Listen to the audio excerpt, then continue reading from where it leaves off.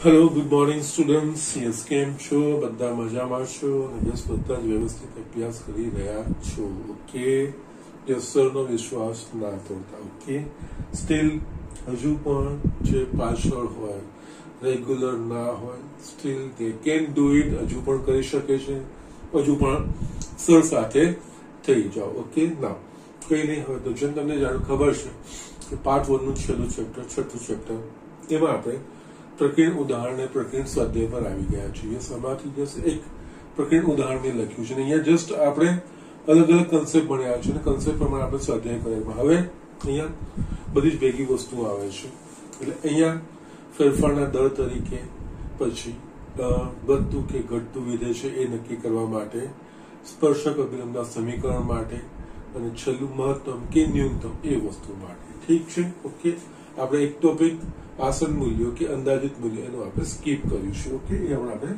બાજુ પર રાખીશું ઓકે ના એ જ્યારે સિલેબસ નક્કી થશે સીબીએસઈ માં આપણે નથી કર્યું પણ સિલેબસ નક્કી થશે ઇન કેસ ગુજરાત ગવર્મેન્ટનું તો યસ આપણે જોઈ લઈશું જો કદાચ ઇન્ક્લુડેડ હશે તો હું બતાવી દઈશ ઓકે બાકી એની બીજે ક્યાંય તમને ઇફેક્ટ નહીં પડે ઓકે ના અહીંયા જે અંતરાલમાં f of x is equals to 3/10 x raised to 4 minus 4/5 x raised to cube minus 3x square plus 36/5 x plus 11 ચુસ્ત વધતું વિધેય અને ચુસ્ત ઘટતું વિધેય હોય તે અંતરાલો નક્કી કરો ઓકે જે અંતરાલો નક્કી કરવાના છે આપણે ઓકે અને જે બહુપદી વિધેય છે બહુપદી વિધેય એટલે પ્રદેશ વાસ્તવિક સંખ્યાઓ ગણ એ બધી વાસ્તવિક સંખ્યાઓમાં કે વાસ્તવિક સંખ્યા માટે વધે છે અને ઘટે છે યસ વિકલનની મદદથી ઘટતું કે વધતું વિધેય છે તો x ના જે મૂલ્ય માટે આપેલા વિધેયના વિકલિત ધન મળે x ના એ મૂલ્ય માટે એ વધતું વિધેય અને x ના જે મૂલ્ય માટે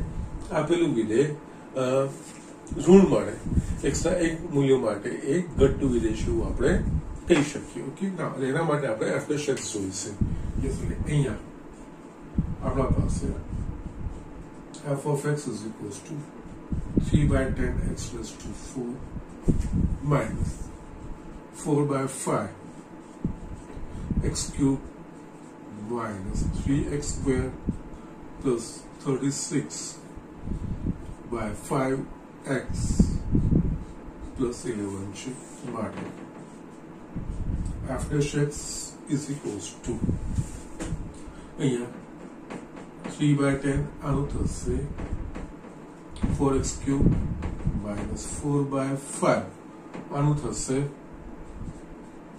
3x square minus 3 આનું થશે 2x plus 36/5 યસ 11 અચળ છે તો વિકલન શૂન્ય થશે યસ હજુ પણ લસાઅ નીકળતો હોય અથવા તો ભાગાકાર હોય યસ અહીંયા આ વસ્તુ થશે 2 પંચાની 2 ઓકે સો યસ આપણને મળશે f dash x is equals to 6/5 x cubed minus 12/5 x square minus 6x plus 36/5 yes આખામાં લસા 5 નીકળશે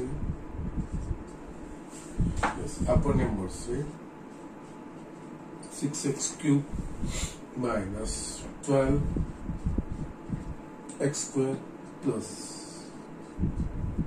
30x plus 36 okay yes again અંશમાંથી કોઈ સામાન્ય નીકળે એવું છે તો એ 6 સામાન્ય નીકળશે x ઘન minus 2x square minus 5x plus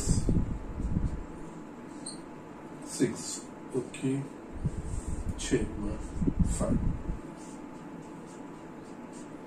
આ આપણને મળી ગયું ઓકે ના હવે અહીંયા x ના કયા મૂલ્ય માટે ધન ને કયા મૂલ્ય માટે ઋણ દ્વિઘાત હોત તો આપણે અવયવો પાડી દીધા અહીંયા પણ ત્રિઘાત એટલે x ની 3 ઘાત વાળું સમીકરણ છે એના અવયવો સરળ નથી પરંતુ આપણને ખબર છે જો ત્રિઘાત સમીકરણ સરે આગળ તમને કીધું પણ છે જો ત્રિઘાત સમીકરણમાં બધા જ સહગુણકો અને અચળ પદનો સરવાળો શૂન્ય થાય તો એ ત્રિઘાત સમીકરણનો એક અવયવ x - 1 એટલે કે એનો એક ઉકેલ x = 1 હશે. અહીંયા આપણે જોઈશું તો યસ અહીંયા 1 1 -2 -1 -5 -6 +6 0. યસ આ બધા જ સહગુણકો અને અચળપદનો સરવાળો શૂન્ય થાય છે એટલે કમ્પલસરીલી એક અવયવ x - 1 હશે અથવા તો એનો એક ઉકેલ x બરાબર 1 હશે. ઓકે, તો યસ એના માટે આને આપણે x - 1 વડે ભાગીએ. સાઈડમાં તમારે બતાવવાની નથી, ગણતરી બતાવવાની કોઈ જરૂર નથી કે કેવી રીતે આવ્યું, પણ જનરલી આ એક્ઝામમાં કે પછી તમારી JEEમાં આપણે આ રીતના જ્યારે સમીકરણ હોય ત્યારે આ રીતે એક અવયવ x - 1 નીકળી જતો હોય છે. ઓકે, એટલે અહીંયા ગણતરી લખું છું, એને હું ભૂસી નાખીશ, એના પરથી આપણે આ વસ્તુ કરવાની છે. ઓકે, એટલે અહીંયા x ઘન એક કામ કરું છું, સાઈડમાં લખી જ રાખું છું કે જેનાથી તમે કેવી રીતે ખબર પડે. x ઘન -2x² -5x + 6 ભાગ્યા x - 1. x - 1 ભાગાકાર કરવાનું કારણ શું? તો યસ આનો એક અવયવ x - 1 છે, કારણ કે બધા જ અચળપદ અને બધા સહગુણકોનો સરવાળો શૂન્ય મળે છે. ઓકે, તો એને અવયવના સ્વરૂપમાં ગોઠવવા માટે આપણે આ રીતે, એટલે જે અવયવ હોય એના વડે ભગાતું જ હોય. ઓકે, એટલે આના માટે x ઘન છે, આપણે આ x² વડે ગુણીશું, x² વડે ગુણીશું, x ઘન minus x² minus plus -2x² + x² આ થશે -x² ઉપરથી -5x ઉતર્યા, અગેન -x વડે ગુણીશું આ પદ મળશે, તો -x, તો આ થશે -x² + x માઇનસ આપણને મળશે આ -6x + 6 ઉતરશે ઉપરથી. યસ આ પદ લાવવા માટે -6 વડે ગુણીએ તો -6x + 6, યસ પ્લસ ને માઇનસ શૂન્ય થઈ ગયો. એનો મતલબ આની જગ્યાએ આપણે આ બેનો ગુણાકાર લખી શકીએ છીએ, જે અહીંયા બાજુમાં લખી દઉં છું. આ ગણતરી કમ્પલસરી બતાવી કોઈ જરૂરી નથી, માટે અહીંયા આપણે લખી શકીએ f' x is equals to 6/5 કૌંસમાં આની જગ્યાએ આ બેનો ગુણાકાર, આ x - 1 બીજા કૌંસમાં x² - x - 6. યસ હવે આ એક અવયવ બની ગયો. હવે x² - x - 6, યસ એ દ્વિઘાત સમીકરણ છે. યસ -6 ના અવયવ -x એટલે કે -3 ને 2 અને x² નો સહગુણક 1 છે, એટલે આપણે ડાયરેક્ટ લખી શકીશું. માટે f' x is equals to 6/5 x - 1 આની જગ્યાએ x - 3 અને x + 2. યસ આ આપણને f' x મળી ગયું. ના x ના કયા મૂલ્ય માટે ધન થશે અને કયા માટે ઋણ થશે, એના માટે પહેલા આપણે f' x બરાબર 0 પરથી x ના મૂલ્ય શોધી સંખ્યા રેખા પર દર્શાવી દેવાનું, પછી આખું કોષ્ટક બનાવી દેવાનું. ઓકે, ના જ્યારે બી આ રીતે બહુપદી હોય, બહુપદીમાં વધતું કે ઘટતું આપણે નક્કી કરવાનું હોય તો યસ f' x જો અવયવ સ્વરૂપમાં આવે તો યસ એના પરથી 0 લઈને x ના જો મૂલ્યો આવે, x ના મૂલ્યોને સંખ્યા રેખા પર દર્શાવીને જે અંતરાલો પડે એ અંતરાલોમાં આ બધા અવયવોના કઈ રીતના મૂલ્ય આવે છે, ધન કે ઋણ, એના પ્રમાણે નક્કી કરવાનું હોય છે. ઓકે, એના માટે અહીંયા f' x બરાબર 0 લેતા માટે આપણને 6/5 x - 1 x - 3 x + 2 = 0, એટલે આના પરથી આપણને x બરાબર 1 અથવા 3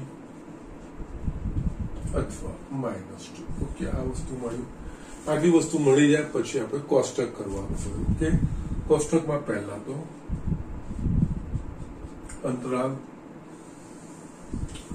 યસ થોડી જગ્યા નાની છે એટલા માટે, કારણ કે 3 અવયવો છે ને, અવયવોના ચિહ્નો જે અવયવ હોય અહીંયા છે. યસ યસ યસ હજુ બી મારે આ બધાને સંખ્યા રેખા પર દર્શાવવું 2 મિનિટ હું કરું છું એ વસ્તુ. ઓકે, એ પહેલા આવવું જોઈએ. યસ x - 1 પહેલું અવયવ, પછી x - 3, યસ આનું ચિહ્ન, x + 2 નું ચિહ્ન, f ડેશ x નું ચિહ્ન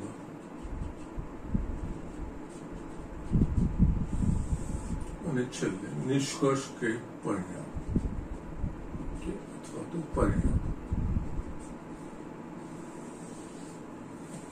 યસ, હવે આ બધાને છે ને આપણે સંખ્યા રેખા પર બતાવી દઈએ. અંતરાલો કયા કયા લેવાના છે આપણને ખબર પડે. યસ, અહીંયા આપણા પાસે શું છે? યસ, -2 છે એક, પછી 1 અને 3 છે, plus infinity, minus infinity.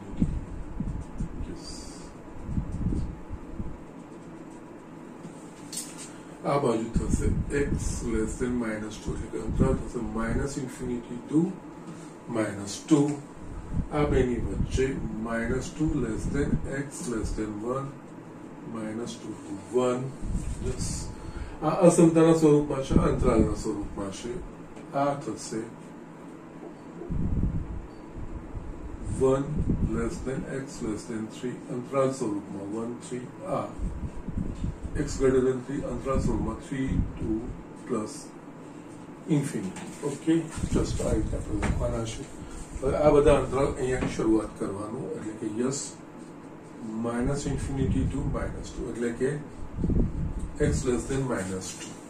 Yes, x less than -2 માટે x -1 નું ચિહ્ન કેવું? યસ, -2 કરતા એક નાની રકમ -3 લો. -3 આમાં મૂકશું તો એ ઋણ મળશે, આ નેગેટિવ મળશે. x -3 નું મૂલ્ય શું થયું? Yes, again x less than -2 કરતા એક નાનું મૂલ્ય અહીંયા રિયલ મૂકીને ચેક કરી લેવું. -3 માઇનસ ઋણક થશે.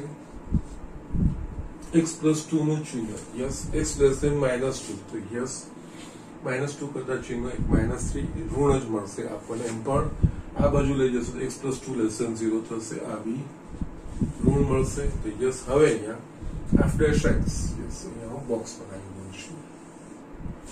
f ડેશ x માં આ 3, બાકી 6/5 એ તો ધન જ છે. આ 3 જે છે ઋણ ગુણ્યા ઋણ, ધન ધન ગુણ્યા ઋણ, એટલે કે નેગેટિવ મળશે. અહીંયા ચુસ્ત ઘટતું. ઓકે, યસ, તમે લખજો f ઓફ f ચુસ્ત ઘટતું વિધેય છે, -ઇન્ફિનિટી ટુ -2 માં. યસ, બીજું અંતરાલ થશે -2 to 1, અથવા તો -2 less than x less than 1. Okay, ના, યસ, આ બેની વચ્ચેની કિંમત એટલે -2 અને 1 છે, એટલે આ વચ્ચેની કિંમત કોઈ શૂન્ય મળશે આપણને. એ શૂન્ય માટે આ બધું ચેક કરી લેવાનું. આ ઋણ થશે, અહીંયા આ પણ ઋણ થશે. યસ, આ થશે ધન. યસ, આ ત્રણેયનો minus minus plus plus plus, એટલે આ પોઝિટિવ મળશે. ચુસ્ત વધતું. ઓકે, પછી આપણને છે 1 to 3, અથવા તો 1 less than x less than 3.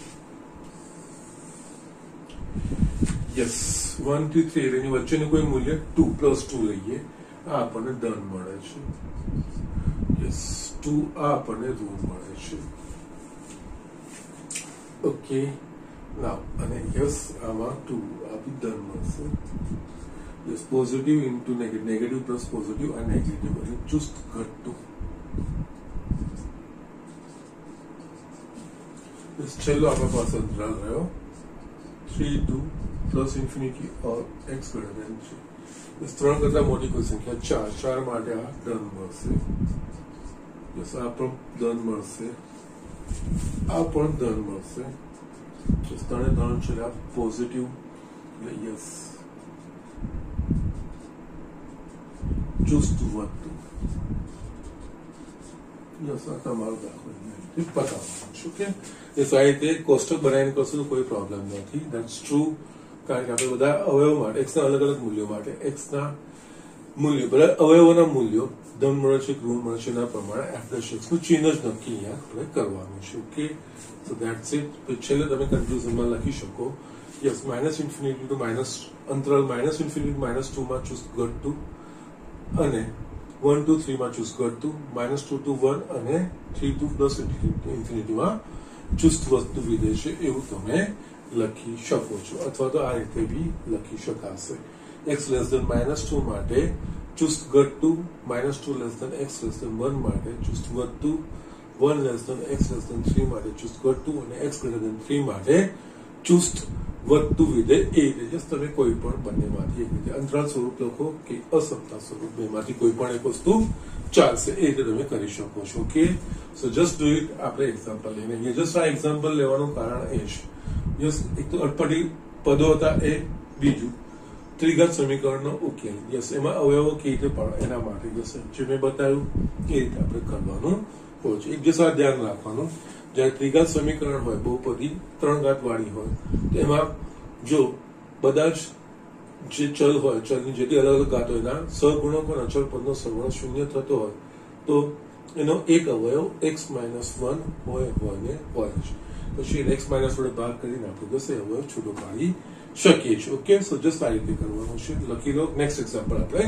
જોઈએ યસ સ્ટુડન્ટ મેં આ બીજો એક એક્ઝામ્પલ લખ્યો છે ઠીક છે સાબિત કરો કે વિધેય f of x is equals to tan inverse sin x plus cos x x greater than 0 a open interval 0 to pi by 4 પર ચુસ્ત વધતું વિધેય છે ઓકે એટલે કે અહીંયા આપણે 0 થી pi by 4 ચુસ્ત વધતું વિધેય સાબિત કરવાનું છે એનો મતલબ 0 થી pi by 4 માટે f dash x નું મૂલ્ય ધન છે greater than 0 છે એવું આપણે બતાવી દઈએ તો યસ આ અંતરાલ પર ચુસ્ત વધતું વિધેય છે એવું આપણે કહી શકીએ તો યસ એના માટે અહીંયા આપણે પહેલા તો f dash x શોધવું પડશે ઓકે ના અહીંયા yes sin x plus cos x છે સરળતાથી વિકલન થતું હોય તો યસ તમે સરળતાથી એ વસ્તુને ડાયરેક્ટ જે પ્રમાણ સૂત્ર છે tan inverse of x નું એ પ્રમાણે તમે લઈ શકો છો નહીં તો પ્રતિવિધેય હોય તો આપણને ખબર છે બહાર જે હોય એ અંદર લાવવાનો પ્રયત્ન આપણે કરીએ પણ અહીંયા જસ્ટ એવું ગોઠવાય એવું પણ નથી તો જસ્ટ અહીંયા f of x is equals to tan inverse sin x plus cos x છે इस घटતું કે વધતું માટે આપણે f dash x નું ચિહ્ન એટલે કે પહેલા f dash x શોધવું પડે f dash x બરાબર એટલે આનું વિકલન d by dx of tan inverse of x બરાબર 1/1 plus x square પણ અહીંયા x નથી x ની જગ્યાએ sin x plus cos x છે તો પહેલા સ્ટેપમાં આને x સમજીને આપણે 1 plus sin x plus cos x આખાનો વર્ગ લખીશું પછી જેને x સમજીને પહેલું જે પ્રમાણ સૂત્ર પ્રમાણે લખ્યું છે એનું પાછું વિકલિત d by dx of sin x plus cos x okay માટે f dash x બરાબર હવે અહીંયા સાપન તો આવી ગયું છે અહીંયા d by dx of sin x એટલે કે આ થશે cos x અને d by dx of cos x એટલે minus sin x છેદમાં 1 plus sin x plus cos x આખાનો વર્ગ ઓકે ના અહીંયા બીજી એક વસ્તુ x greater than 0 0 થી pi by 4 અને x અહીંયા કેવી રીતે આપેલા છે sin x અને cos x એટલે કે x એ કોઈ ખૂણા છે ઓકે તો યસ એ ખૂણા માટે અને જસ્ટ હવે આ અંતરાલમાં જો આપણે f dash x x ના આ મૂલ્ય માટે જો f dash x greater than 0 એવું આપણે બતાવી દઈએ તો એ આ અંતરાલમાં ચુસ્ત વધતું વિધેય છે એવું આપણે કહી શકીએ તેના માટે f dash x ને ઓબ્ઝર્વ કરવાનું વર્ગવાળા પડદો અલગ કારણ કે વર્ગ હંમેશા ધન હોય એટલે અહીંયા યસ અને પરિણામ 1 sin x plus cos x આખાનો વર્ગ છે એટલે અહીંયા આપણે લખી શકીશું sin x plus cos x આખાનો વર્ગ છે greater than or equals to 0 લખાશે વર્ગ હંમેશા ધન પછી શું છે 1 એટલે કે 1 plus sin x plus cos x આખાનો વર્ગ greater than equals to બંને બાજુ 1 ઉમેર્યા કે માટે 1 plus sin x plus cos x આખાનો વર્ગ this greater than equals to 1 થાય એનો અર્થ greater than 0 લખી શકીએ yes greater than or equals to 1 એનો અર્થ 0 શૂન્ય કરતા મોટું છે યસ એટલે આ વસ્તુ મળી ગઈ એટલે આપણને છેદ x નું ગમે તે મૂલ્ય હશે છેદ હંમેશા ધન મળશે ખાલી જસ્ટ આ f dash x ધન છે કે ઋણ છે એ નક્કી કરવાનું અંશ પરથી cos x minus sin x પરથી ઓકે અને એ પણ હવે આપણે જોઈએ તો અહીંયા yes x belongs to આ અંતરાલમાં x belongs to 0 to pi by 4 માટે યસ, આગળ પણ મેં એક બે વાર બતાવ્યું છે. 0 થી π/4 સુધીમાં cos નું મૂલ્ય sin કરતા મોટું હોય અને π/4 થી π/2 માં sin નું મૂલ્ય cos કરતા મોટું થાય. Okay, x belongs to 0 to π/4 માટે cos x greater than sin x. અહીંયા આપણને શું છે કે 0 થી π/4 માં ચેક કરવાનું છે. cos x minus sin x નું ડાબી બાજુ લઈ આવો તો માટે cos x minus sin x greater than 0. એટલે આપણે અહીંયા જોઈ શકીએ કે x ના કોઈ પણ મૂલ્ય માટે છેદ તો ધન જ રહેશે અને x નું મૂલ્ય 0 થી π/4 ની વચ્ચે હોય તો cos x minus sin x પણ ધન છે. એટલે છેદ બી ધન, અંશ પણ ધન, એટલે બંનેનો ભાગાકાર આપણને ધન. Okay, greater than or equals to 0 પણ નહીં થાય કારણ કે આ ક્લોઝ ઇન્ટરવલ નથી, ઓપન ઇન્ટરવલ છે એટલે 0 π/4 યસ એની વચ્ચે જ આવશે. ઓકે, યસ, અને એમ પણ 0 થી ક્લોઝ ઇન્ટરવલ 0 થી π/4 પર બંનેના મૂલ્યો સમાન થશે. બાકી બીજા બધા જ મૂલ્યો માટે cos x નું મૂલ્ય sin કરતા મોટું થશે. Okay, so the thing is that અહીંયા cos x minus sin x માટે x belongs to 0 to π/4 માટે f dash x greater than 0. Okay, જસ પરિણામ એક છે આ વસ્તુ. f dash x છે, છેદ તો ધન છે, કોઈ બી x ની કિંમત માટે ધન છે. યસ, આ બધું f dash x માં એટલે વર્ગો અને ચાર ઘાત અને યુગ્મ ઘાત એ બધી વસ્તુનું ધ્યાન રાખવાનું. ઓકે, એ તો ધન છે જ. યસ, અને 0 થી π/4 માં cos x minus sin x પણ ધન જ, ધન ભાગ્યા ધન આપણને ધન મળશે. ઓકે, માટે f a 0 થી π/4 માં ચુસ્ત વધતું વિધેય છે. યસ, સાબિત થઈ ગયું. ઓકે, સિમ્પલ હતું પણ જસ્ટ થોડુંક sin x cos x હતું મેં લઈ લીધું છે. Okay, so just do it. અને પછી આપણે બીજા આગળ દાખલાઓ જોઈએ. યસ સ્ટુડન્ટ, અહીંયા બીજો એક દાખલો લખ્યો છે. યસ, કુટ પ્રશ્ન પ્રકારનો છે, ઈઝી છે, ભાષા સમજવાની છે. ઓકે, ના કોઈ એક ઉત્પાદક પ્રત્યેક એકમના 5 - x/100 રૂપિયાના દરે x વસ્તુઓનું વેચાણ કરે છે.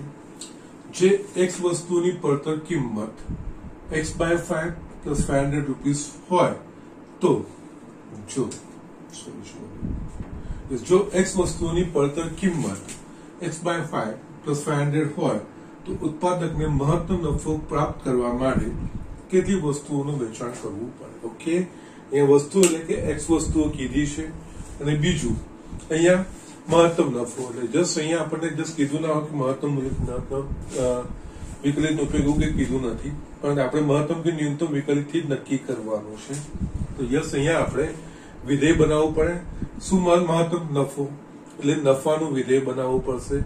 નફાના વિધેય પરથી આપણે f dash x f double dash x એના પ્રમાણે આગળ વધીને આપણે એનું સોલ્યુશન લાવી શકીએ. ઓકે, પછી નફાનું વિધેય માટે અહીંયા વેચાણ છે અને પડતર કિંમત. નફો એટલે કે યસ વેચાણ કિંમત માઇનસ પડતર કિંમત એ નફો કહેવાય. તો યસ, આ રીતે પહેલા આપણે નફાનું વિધેય બનાવીશું. પરંતુ અહીંયા એક વસ્તુનું ધ્યાન રાખવાનું છે, પ્રત્યેક એકમના એટલે કે પ્રત્યેક એકમનું આ વસ્તુના દરે x વસ્તુ, એટલે એક વસ્તુ બનાવી હોય તો આટલો ખર્ચ, તો x વસ્તુ બનાવવા માટે આને x ગુણવો પડે. ઓકે, અને બીજું શું છે અહીંયા, જો x વસ્તુનું પડતર કિંમત, અહીંયા છે ને પ્રત્યેક નથી કીધું x વસ્તુને, એટલે આ કુલ ખર્ચો છે. ઓકે, કુલ પડતર કિંમત છે. યસ, જો x વસ્તુ બનાવે તો કુલ પડતર કિંમત આ વસ્તુ થાય.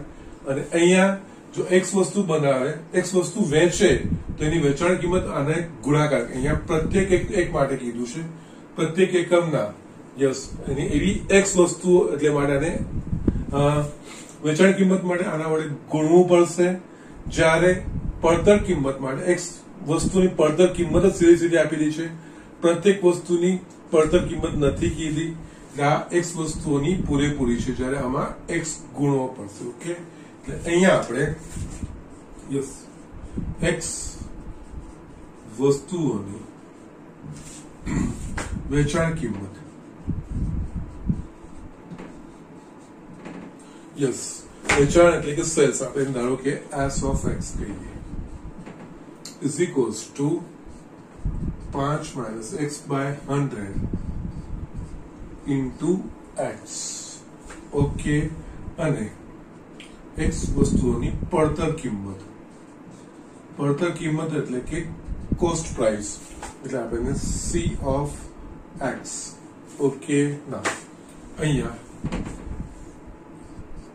એક્સ બાય 5 પ્લસ 500, અહીંયા કોઈ એક્સ કરવાની જરૂર નથી. ઓકે, કારણ કે એક વસ્તુ જ્યારે આ પ્રત્યેકમ એટલે એક્સ. ઓકે, માટે ધારો કે પી ઓફ એક્સ એ નફાનું વિધેય હોય. નફો એટલે વેચાણ કિંમત માઇનસ પડતર કિંમત, એટલે અહીંયા પી ઓફ એક્સ, નફો એટલે પ્રોફિટ, એટલે p of x s of x minus c of x cost price. Yes, s of x આપણા પાસે છે જે હવે અહીંયા આ 5x minus x square by 100 minus 6c of x, એટલે કે x by 5 plus 500 again માટે p of x આનું સ્વરૂપ આટલું ઓપન કરીએ ને 5x minus x square by 100 minus x by 5 minus 500. ઠીક છે, x વાળા પદો છે. 5x minus x by 5 5 25 25 बनाएंगे 24 by 5x 24x by 5 minus x square by 100 minus 500. આ વસ્તુ આપણને મળશે p of x. આ નફાનું વિધેય આપણને મળી ગયું. યસ, હવે આને મહત્તમ કરવાનું છે. મહત્તમ માટે નિર્ણાયક સંખ્યા p dash x પરથી એ નિર્ણાયક સંખ્યા આગળ મહત્તમ છે કે ન્યૂનતમ એ દ્વિતીય વિકલિત કસોટી એ મૂલ્ય માટે એનું મૂલ્ય દ્વિતીય કસોટીનું મૂલ્ય ધન મળે છે કે ઋણ મળે છે એના પ્રમાણે નક્કી થાય. એટલે અહીંયા p dash x. Okay, p dash x એટલે આ થશે 24 by 5 માઇનસ આનું થશે 2x by 100. ઓકે, અને p ડબલ ડેશ x એટલે પાછું આનું વિકલિત, આ થશે 0 minus 2 by 100 એટલે કે minus 1 by 50. અચળ સંખ્યા આવી ગઈ લેસ, એટલે x નું ગમે તે મૂલ્ય હશે એના માટે આપણને અહીંયા p ડબલ ડેશ x ઋણ જ મળશે, એટલે કે ઋણ મળશે, એટલે કે x નું જે મૂલ્ય આપણે p ડેશ x બરાબર 0 કરીને શોધીશું એના માટે મહત્તમ મળશે. ઓકે, ના હવે p ડેશ x બરાબર 0 લેતા p dash x એટલે કે 24 by 5 માઇનસ અહીંયા આપણે કાપી જ શકીએ છીએ ને, એ બાજુમાં લખી દઉં 24 by 5 minus x by 50 is equals to 0. x નું મૂલ્ય એટલે કે અહીંયા x by 50 is equals to 24 by 5. x is equals to 24 ગુણ્યા 50 by 5 x બરાબર 224. આ થઈ એક નિર્ણાયક સંખ્યા તથા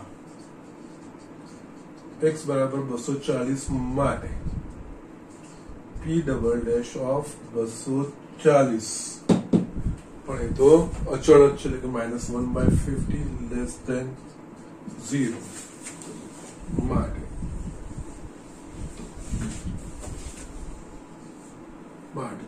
x બરાબર 240 માટે p of x મહત્તમ થાય, કારણ કે p ડબલ ડેશ x એના માટે ઋણ છે, પણ ઇનફેક્ટ એ ઋણ સંખ્યા જ આવી જાય છે, ત્યાં જ નક્કી થઈ જાય કે જે x નું મૂલ્ય આવશે મહત્તમ માટે. ઓકે, એટલે મારે મહત્તમ પ્રાપ્ત કરવા માટે યસ ઉત્પાદકે 240 વસ્તુઓનું ઉત્પાદન કરવું પડે. એ સ્ટેટમેન્ટ તમારે છેલ્લે લખી દો, એટલે કે ઉત્પાદકે મહત્તમ નફો પ્રાપ્ત કરવા માટે 240 વસ્તુનું વેચાણ કરે તો યસ એને મહત્તમ નફો મળે. આ રીતે આપણે એક્ઝામ્પલ કરવાના છે.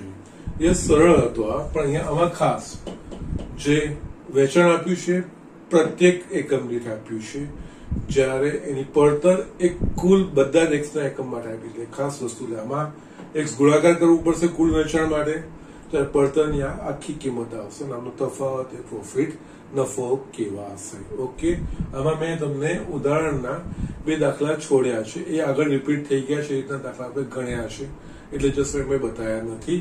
હવે આપણે પ્રકરણ સ્વાધ્યાયના દાખલા સ્ટાર્ટ, તેમાં જે મારે બતાવવાના છે વસ્તુ તમને બતાવું છું. Okay, so just do it. Yes student, મેં એક આ એક્ઝામ્પલ લખ્યું છે. એક સમદ્વિભુજ ત્રિકોણના અચળ આધારનું માપ b છે તથા તેની 2 સમાન લંબાઈની બાજુ, સમદ્વિભુજ છે એટલે એની 2 બાજુઓ સમાન હોય, તથા એની 2 સમાન લંબાઈની બાજુના માપ 3 સેન્ટીમીટર પ્રતિ સેકન્ડના દરે ઘટી રહ્યા છે. જ્યારે આ ત્રિકોણની 2 સમાન બાજુના માપ આધારના માપ જેટલા થાય ત્યારે તે ત્રિકોણનું ક્ષેત્રફળ કેટલી ઝડપથી ઘટે. ઓકે, ના અહીંયા આપણે જસ્ટ છે ને પહેલા કોના સાપેક્ષે જોઈ લેવાનું, અચળ માપ તથા તેની 2 સમાન બાજુ સેન્ટીમીટર પ્રતિ સેકન્ડ, એટલે અહીંયા ટી ના સાપેક્ષે છે. એમ પણ કોઈ પણ વસ્તુ કોના સાપેક્ષ ના આપેલું હોય તો હંમેશા દર એ સમયના સાપેક્ષે એવું સમજીને જ લેવાનું. એટલે જસ્ટ આ રીતનો દાખલો છે તો જસ્ટ ફિગર દોરવાની, ફિગરથી ઘણું બધું આપણને સરળ થઈ જશે. અને બીજી એક વસ્તુ, અહીંયા એનો આધારનું માપ, અચળ આધારનું માપ, એટલે એનો આધાર અચળ રહે છે, એટલે યસ. અને શું છે? બી. તો જવાબો બી બધા જ બી ના સ્વરૂપમાં, જે અચળ હોય એના સ્વરૂપમાં જવાબો આવે. જે તમને મહત્તમ ને ન્યૂનતમમાં મેં તમને કીધું હતું વારે ઘડી, જે વસ્તુ આપેલી હોય અથવા જે વસ્તુ નિયત છે, નિશ્ચિત છે કે અચળ છે એવું આપેલું હોય, જવાબો એ વસ્તુમાં જ આવે. અહીંયા પણ ત્રિકોણના આધારનું માપ બી અચળ છે એવું આપેલું છે, એટલે કે બદલાતું નથી, એટલે એને આપણે જવાબો બી બધા એનામાં જ આવશે. એટલે અહીંયા જસ્ટ આપણે દોરીએ તો અહીંયા સમદ્વિભુજ ત્રિકોણ આપણે, ઓકે, આપણે એબીસી લઈએ, આધાર અચળ એટલે કે યસ બીસી બરાબર બી રહેશે, અને આ 2 બાજુઓ સમાન છે. યસ, એ સમદ્વિભુજ ત્રિકોણમાં, અને જસ્ટ ત્રિકોણનું ક્ષેત્રફળ એટલે કે અહીંયા 1/2 પાયો ગુણ્યા વેધ, એટલે વેધની લંબાઈ મારે શોધવી પડશે. એટલે જસ્ટ વેધ માટે અહીંયા એ થી આના પર લંબ દોરું.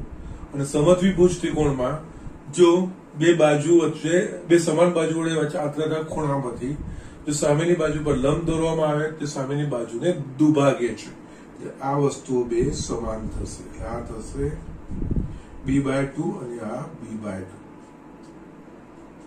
ઓકે, ધારો કે અહીંયા m લઈએ તો યસ bm બરાબર cm બરાબર b/2 થશે. ઓકે, નાઉ અહીંયા આપણને ત્રિકોણનું ક્ષેત્રફળ કેટલી ઝડપથી ઘટે એ વસ્તુ આપણને શોધવાની છે. ક્ષેત્રફળ 1/2 પાયો, અને આ વેધનું અહીંયા આપણને લંબાઈ આપેલી નથી, પરંતુ આપણને 2 સમાન બાજુનું માપ 3 સેન્ટીમીટર પ્રતિ સેકન્ડના દરે ઘટી રહ્યા છે, એટલે કે આ બેના ઘટાડાનો દર આપ્યો છે. અહીંયા આપે જાણે કે ધારો કે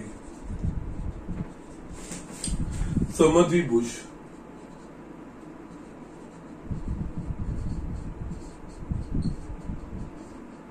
ત્રિકોણની સમાન બાજુઓના માપ, યસ તમે કોઈ પણ ચલ ધારી શકો છો, પણ ધારા સામાન્ય રીતે x સરળતા રહેશે. સુમતમાં જ x છે, એટલે કે આ x છે અને આ પણ x છે. અહીંયા આપણને શું શું આપ્યું છે? સમાન લંબાઈની બાજુનો માપ 3 સેન્ટીમીટર દરે ઘટી રહ્યા છે, આના ઘટાડાનો દર, એટલે કે અહીંયા dx/dt આપણને આપેલું છે, ઘટી રહ્યા છે, એટલે કે -3 સેન્ટીમીટર પ્રતિ સેકન્ડ. ઓકે, ઘટાડવાનો એટલે કે એનો દર ઋણ થશે. આપણે શું શોધવાનું છે કે જ્યારે તેની સમાન બાજુના માપ આધારના માપ જેટલા થાય ત્યારે ત્રિકોણનું ક્ષેત્રફળ, એટલે કે અહીંયા આપણે શોધવાનું છે dA/dt, જ્યારે જસ્ટ x એટલે કે બાજુઓ આધારનો એટલે x બરાબર b થાય. એ આ વસ્તુ આપણે શોધવાની છે. એના પહેલા આપણે ત્રિકોણનું ક્ષેત્રફળ છે, એટલે કે ત્રિકોણનું ક્ષેત્રફળ આવવું જોઈએ. અહીંયા આ કાટકોણ ત્રિકોણ બને છે, તો યસ એકચ્યુઅલી આપણે આકૃતિ પરથી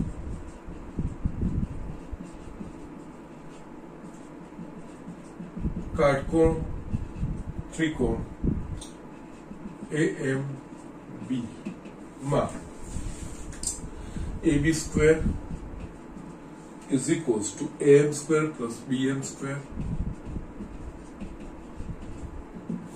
યસ ab સ્ક્વેર એટલે કે આપણને મળશે x square is equals two am square આપણે જશે વેધ છે plus bm square that is અહીંયા b/2 નો સ્ક્વેર એટલે કે b સ્ક્વેર બાય 4 માટે am square is equals to x square minus b square by 4 માટે અને આ લંબાઈ છે એટલે ધન વર્ગમૂળ am ઇઝ ઇક્વલ્સ ટુ વર્ગમૂળમાં x square minus b square by 4 આ વસ્તુ આપણને મળશે.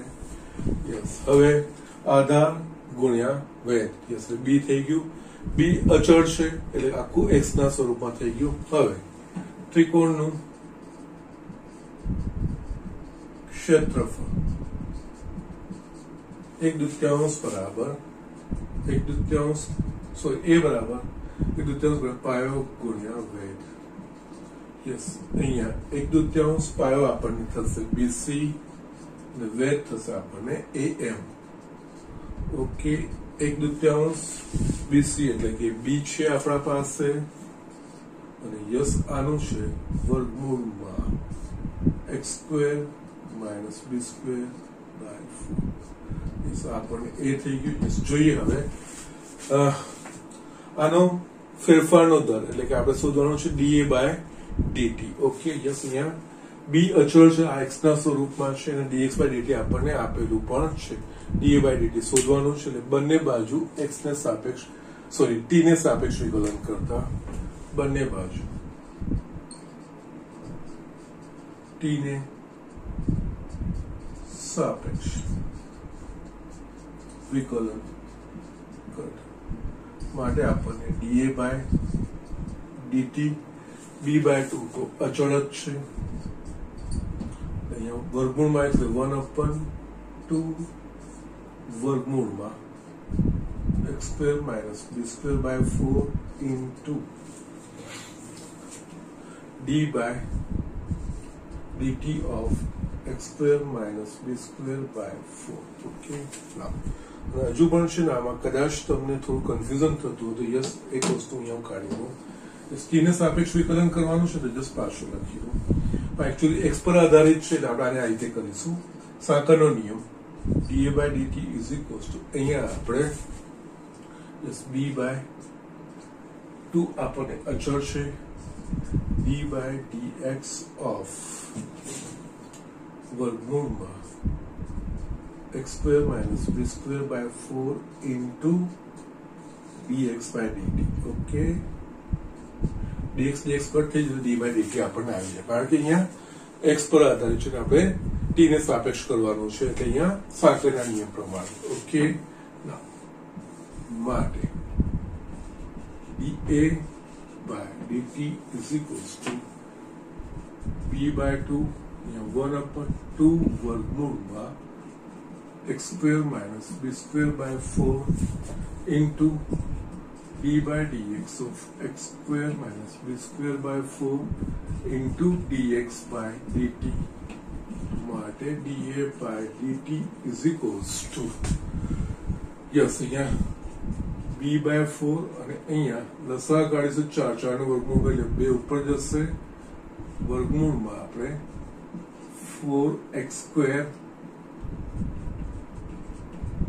માઇનસ b સ્ક્વેર આપણે લખી શકીશું અને અહીંયા આપણને જે મળશે આનું વિકલન 2x into dx/dt 4 ગયા માટે da/dt is equals to અહીંયા આપણને આવશે bx upon વર્ગમૂળમાં 4x square minus b square into dx/dt. Yes આટલી વસ્તુઓ છે. હવે બધી જ કિંમતો આપણા પાસે ખબર છે. જ્યારે યસ બાજુ આધારના બદલે x બરાબર 2 લઈ લેવાનું છે આપણે અને dx/dt આપણને -3 આપીશું કે માટે અહીંયા આપણે da/dt જ્યારે x is equals to b આધાર જેટલું એટલે અહીંયા b into b છેદમાં 4b square minus b square into -3. Okay, -3b square છેદમાં 3b square is equals to -3b square છેદમાં √3b યસ માઇનસ √3 એક બી કટ થશે એટલે બી dA by dt 4 x is equals to b. Yes અહીંયા આપણે ફેરફારનો દર dA by dt છે એટલે અહીંયા ક્ષેત્રફળ સેન્ટીમીટર વર્ગ પ્રતિ second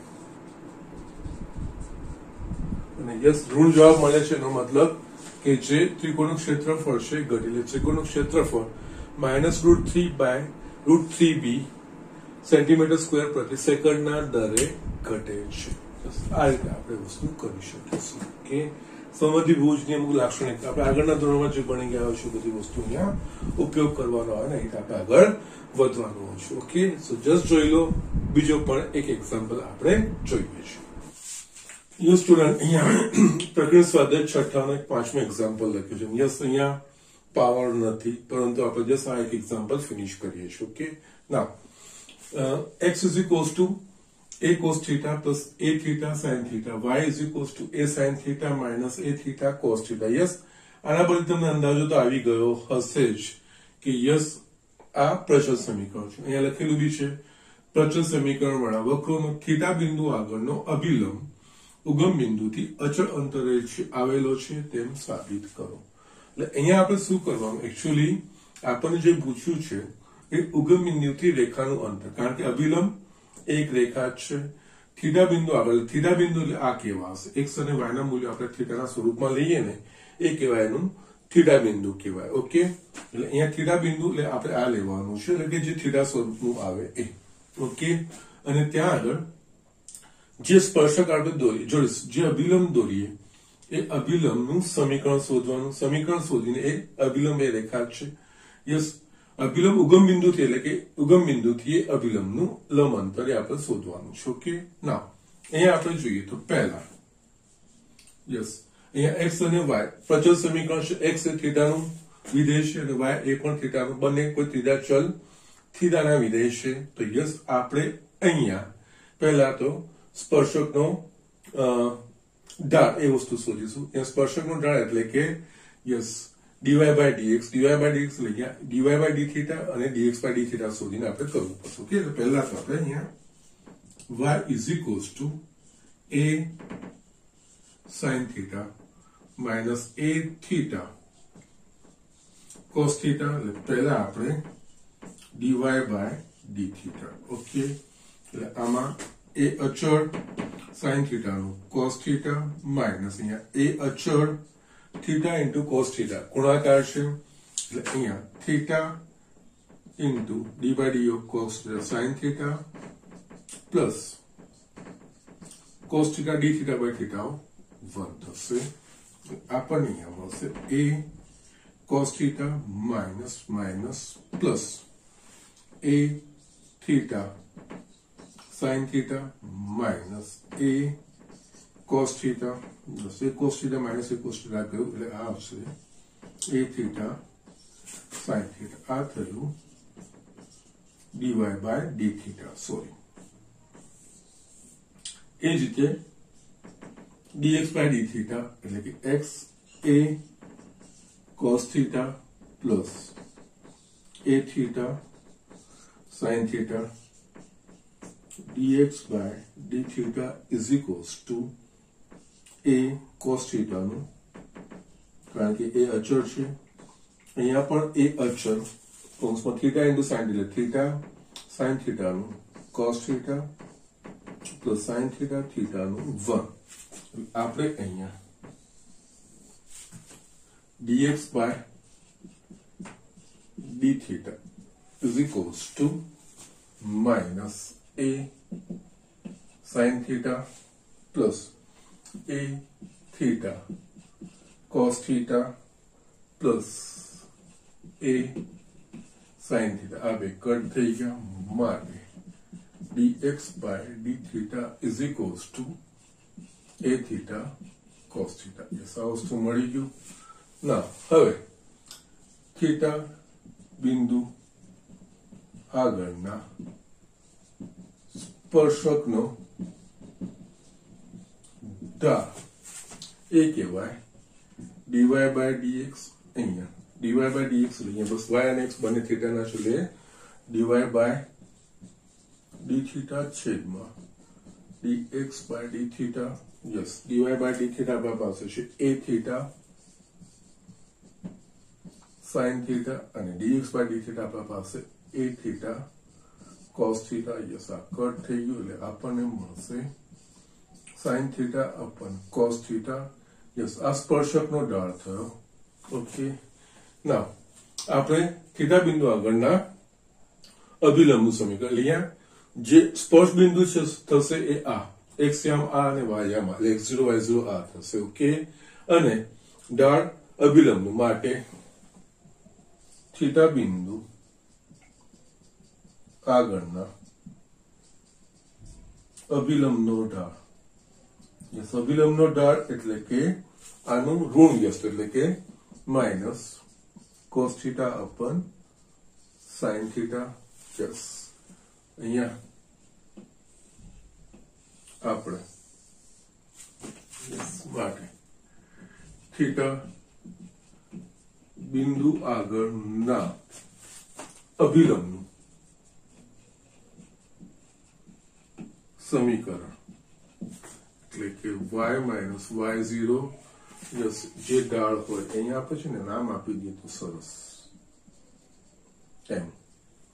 m x minus x0 yes y minus y0 y0 there theta બિંદુ આ છે x0 y0 આ a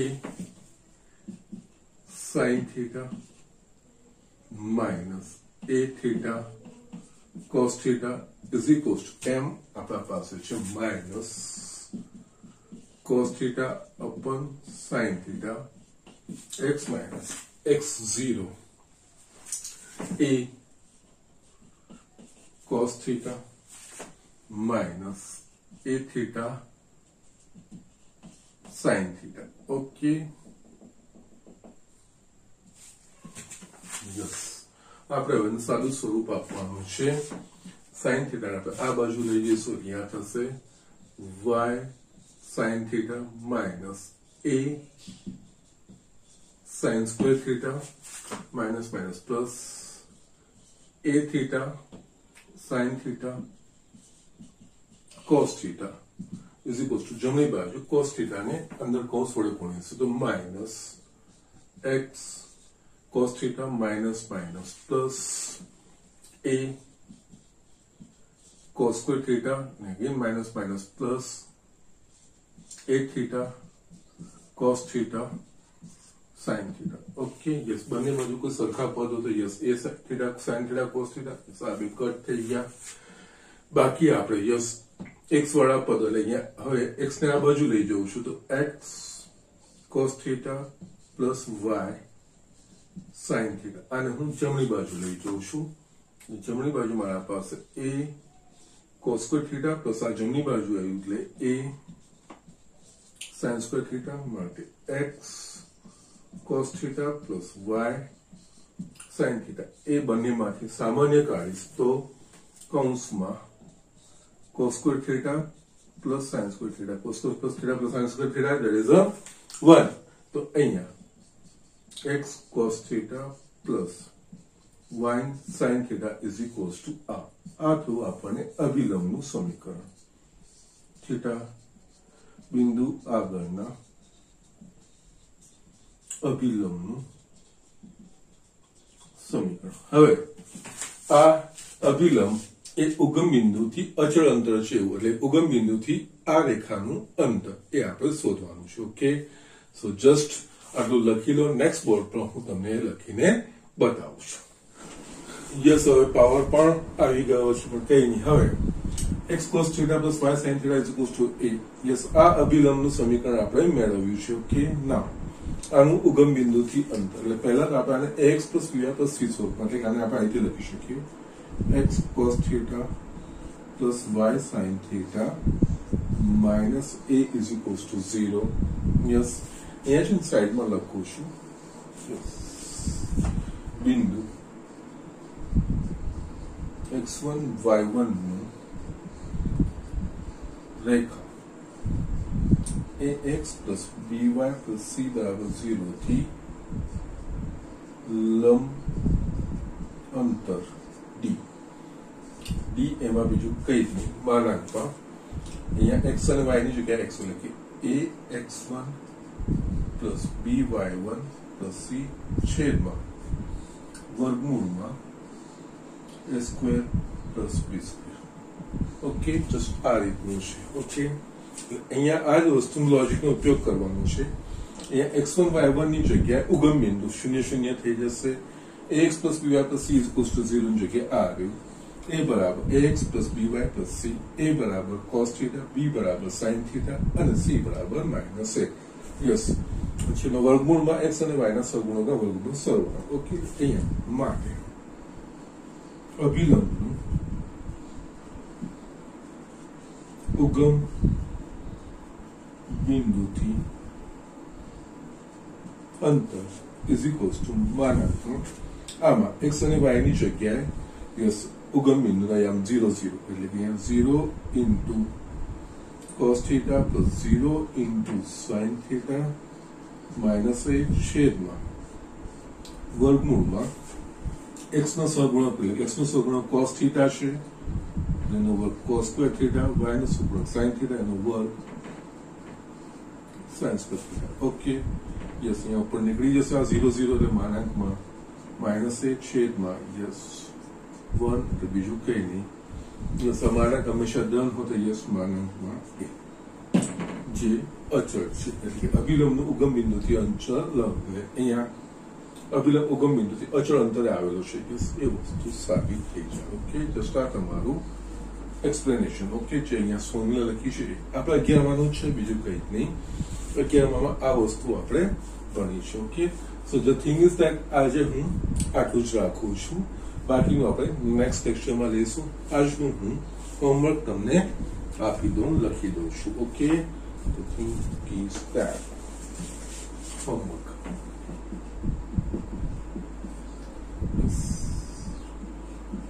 પ્રકરણ સ્વાધ્યાય એમાં example second fourth, yes fourth આગળ કર્યો છે. આ 3 જગ્યાએ આપણને આપ્યું છે, બીજું અહીંયા કોઈ નહીં બતાવીશ. પછી તમારે અમુક MCQs છે 19,